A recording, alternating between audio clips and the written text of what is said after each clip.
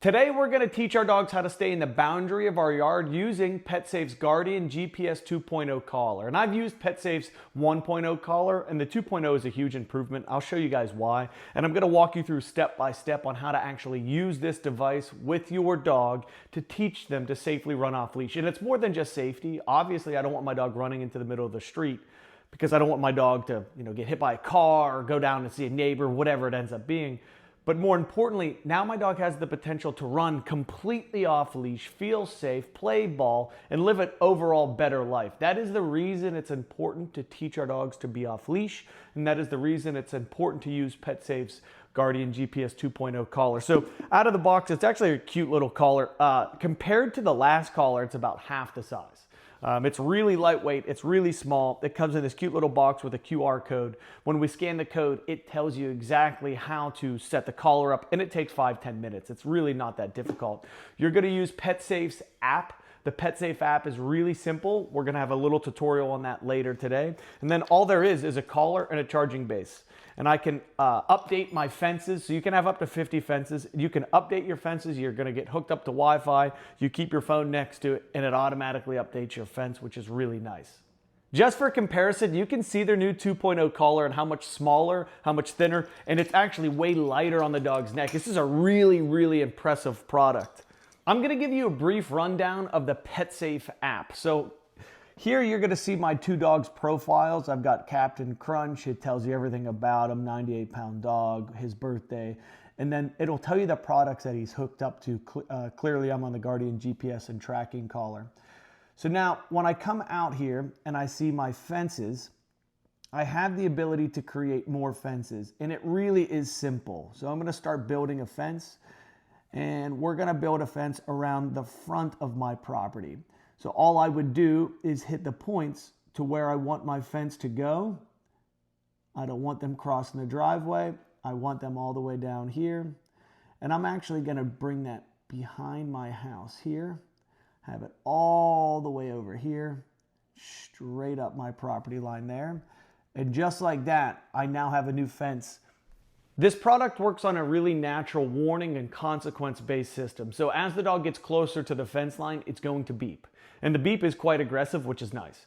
If the dog doesn't listen to the beep, it'll eventually add in either a vibrating correction or vibration or a static correction. And you can change the level to match your dog's personality. And I always recommend starting lower so your dog can start to understand how this works. And we always use a leash when we start this, but I'm getting ahead of myself. Here's how you would change this. All I do is I have to tap the power button. I'll have you come closer, and I'm gonna hit correction type, and I'm gonna change the correction type. I'm gonna connect my collar. And you can actually watch how fast this thing picks up on the collar. I mean, it's immediate. So now I can go to static and I can change the level that I want depending on my dog's personality. I'm gonna go back to vibrate to start. So we're outside and I'm gonna show you how this works. Once you create your fence, test your fence. Take your collar out and walk it up to the fence so you can get a general idea of where you put that virtual line. And you can see right on the phone where Captain Crunch's face is right where my collar is. So this makes it really easy. You want to make sure that you don't put your fence too close to the roadway as I did in this video. So I'm going to have to test my fence to see where I screwed up so I can repeat. That is perfect. This is where my dog is getting his warning. And as he comes back, nothing happens. But Vinny, what happens if my dog comes up here and he gets his warning, but he doesn't yield to it? He doesn't listen to it. Well, at that point, you're gonna hear this.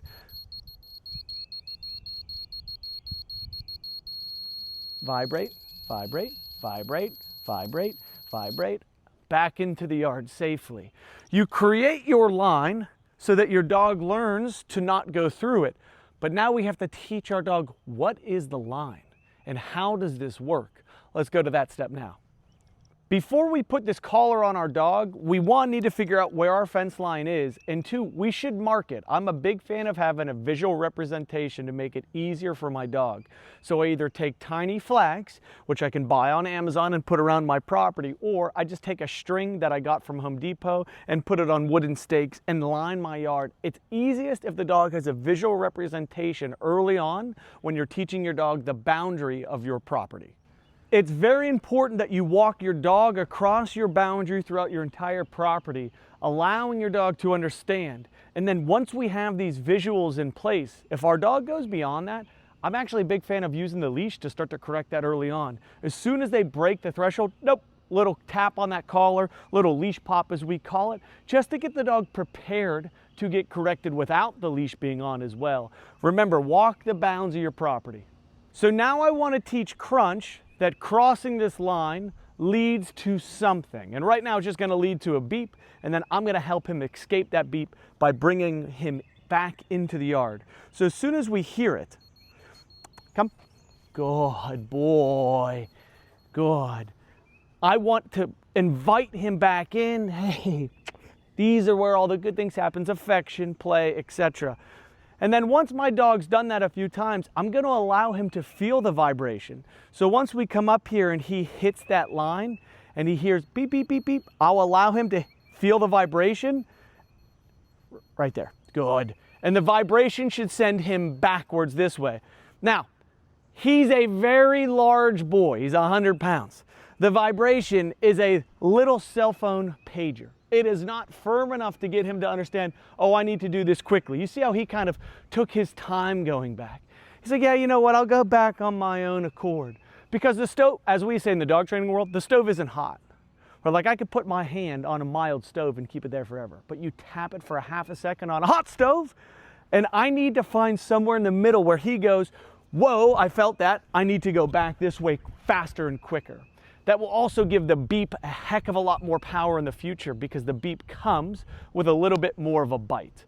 Warning consequence-based system only works if the warning is followed by a firm enough consequence the dog understands. And that little pager for my 100-pound dog is probably not enough of a consequence. We'll continue to increase that throughout this week. Over these next 14 days, I'm still going to keep Crunch on a leash. I don't trust, and you should not trust, that your dog, as soon as they get their first correction, understands that, oh, that's it. I'm never going to make a mistake again. We actually use what's called a drag line. So I'll put him on a 15 or 20 foot, very, very thin, quarter-inch thin leash, just so he can walk around the property and I can help assist if need be. I'll also increase the temperature or the amount of static pressure that he receives according to his personality. So if he needs more, I'll add more, and if he needs less, I'll add in less. Do not skip the training phase of manually teaching your dog the property boundaries. It makes it easier for the collar to do its job faster and safer.